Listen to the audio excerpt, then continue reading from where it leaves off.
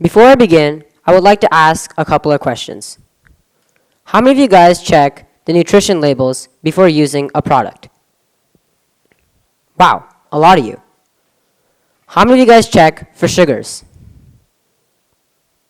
What about proteins? But here's the real thing. How many of you guys check for red 40? Not so many of you guys.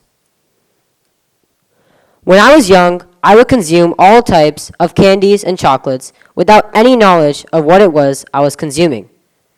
Of all holidays, Halloween was my number one because I could walk around door to door in my neighborhood, consume whatever I find, and my parents would never find out.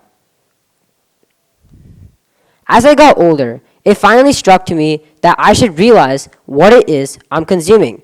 And it wasn't until 8th grade that one of my friends mentioned that my favorite childhood candy could cause cancer. At first, I was shocked. I thought it was a myth, and I thought they were maybe just messing with me. They weren't. And eventually, after some research, I realized the culprit amongst these myths, and its name is Red 40. Now, I'm sure that all you guys have consumed some sort of cupcakes, candies, chocolates, icing, frosting, chips, or sodas at some point in your lives. What you guys may not know, however, is that all these items can contain some amount of Red 40, which will be the focus of my discussion today. To kick things off, let me explain what Red 40 even is. Red 40, or Allura Red AC, is a type of food dye used in the United States. It is one of the most widely used sources of food coloring in our world today. The primary purpose of this dye is to enhance the aesthetics, visuals, and overall design of a product.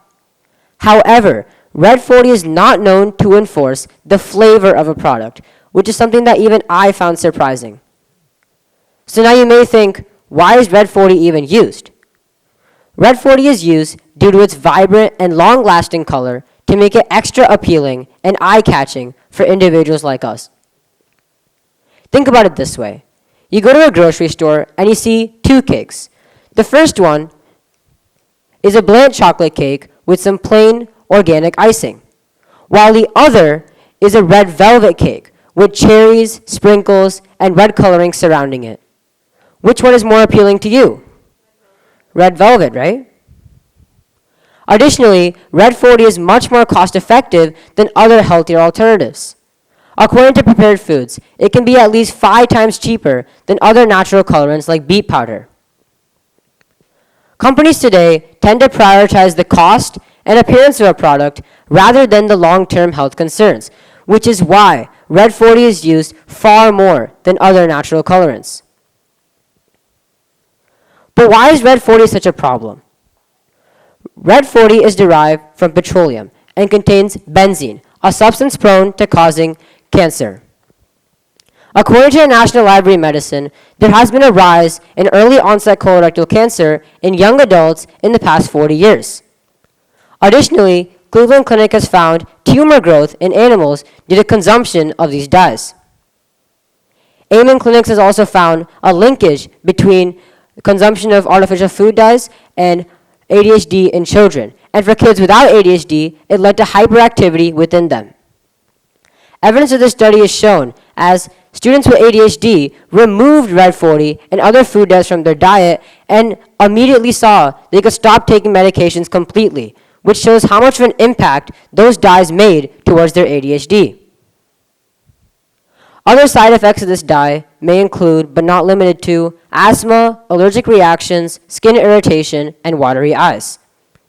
California, one of our very own U.S. states today, has already started to notice these risks and are implementing a ban on Red 40 along with 6 other food dyes starting in December 2027.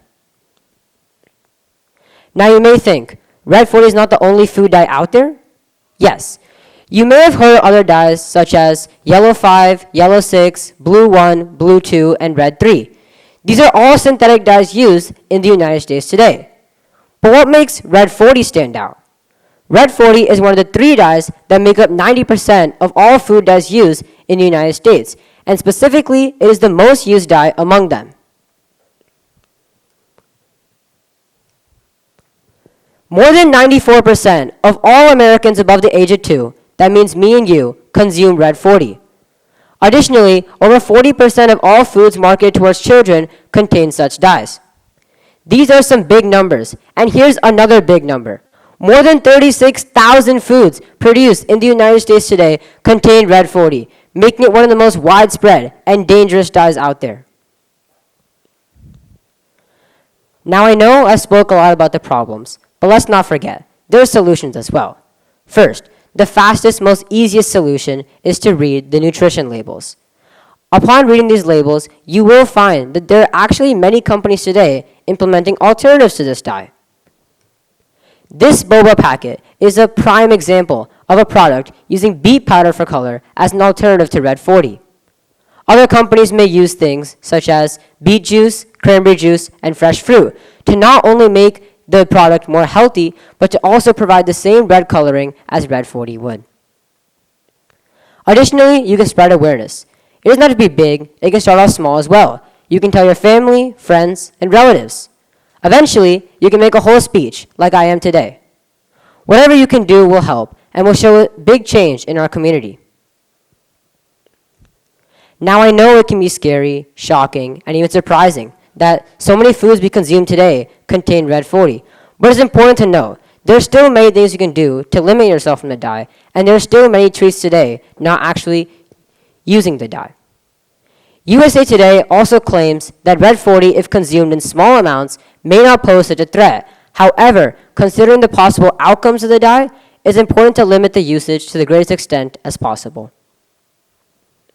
In conclusion, red 40, while it is cost-effective and attractive, it also contains some serious flaws that I felt worth sharing.